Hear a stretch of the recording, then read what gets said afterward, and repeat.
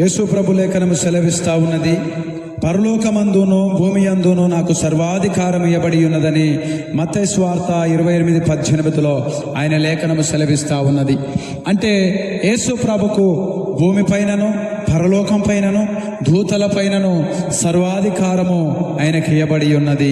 కాబట్టి దేవాది దేవుడు ఇన్ని అధికారాలు కలిగి కూడా మానవుని ప్రేమించి లోకానికి వచ్చినాడు.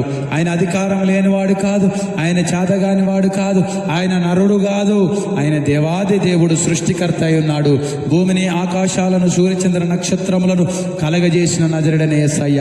అలాంటి దేవుడు ఈ లోకానికి ఎందుకు దిగి రావాల్సి వచ్చింది? ఇన్ని అధికారములున్న దేవుడు ఎందుకు దిగి రావాల్సి వచ్చిందంటే మానవుని కోసమే దిగి రావాల్సి వచ్చింది, మానవుని ప్రేమించి దిగి రావాల్సి వచ్చింది. కాబట్టి సహోదరుడా సహోదరి, నీకోసమే యేసయ్య దిగి వచ్చినాడు, నిన్ను ప్రేమించి దిగి వచ్చినాడు, నిన్ను బాగు చేయడానికి యేసయ్య దిగి వచ్చినాడు, నీ రోగములు తీసివేయడానికి యేసయ్య వచ్చినాడు, నీ పాపములు తీసివేయడానికి యేసయ్య వచ్చినాడు, నీకు నరకము తప్పించడానికి యేసయ్య వచ్చినాడు, నిన్ను పరలోకము చేర్చుటకు యేసయ్య ఈ లోకానికి వచ్చినాడు.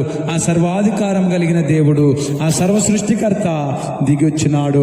నీకోసము పక్కింటోడు రాడు, ఎదురింటోడు రాడు, వచ్చినను ఒకసారి మేలు చేస్తే ఇంకోసారి తృణీకరిస్తాడు, నేను ఇది చేశాను అది చేశాను రా అని అంటాడు. కానీ యేసయ్య మాత్రము నిన్ను ప్రేమించే, నిన్ను రక్షించుటకే, నిన్ను కనికరించుటకే ఈ లోకానికి దిగి వచ్చి ఈ సర్వాధికారం కలిగిన దేవుడు నీకోసము తన ప్రాణాన్నే బలిగా అర్పించినాడు.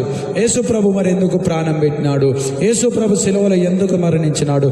యేసు ప్రభు రక్తాన్ని ఎందుకు కార్చినాడు అని మనం అనుకుంటాము.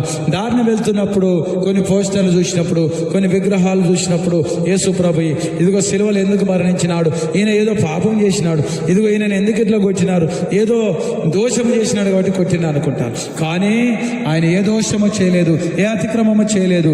ఆయన అతిక్రమము చేసిన వాడిగా ఎంచబడ్డాడు. ఈ భూ ప్రపంచంలో ఉన్న మానవ జాతి అందరిది కూడా నేరమంతా కూడా ఆయన మోసి శిలువలో మరణించినాడు. ప్రతి జాతి వర్గాలందరి కోసము యేసు ప్రభు శిలువలో మరణించి రక్తాన్ని చిందించినాడు. మన పాపభారం అంతా కూడా యేసుక్రీస్తు శిలువలో మోసినాడు. మన పాపభారం అంతా కూడా యేసయ్య మరి శిలువలో మోసి మన పాపాల నిమిత్తమే రక్తాన్ని కార్చిన దేవుడై ఉన్నాడు. అందుకే పిలుస్తా ఉన్నాడు, సమస్త జనులారా నా యొద్దకు రండి, మీకోసం నేను వచ్చి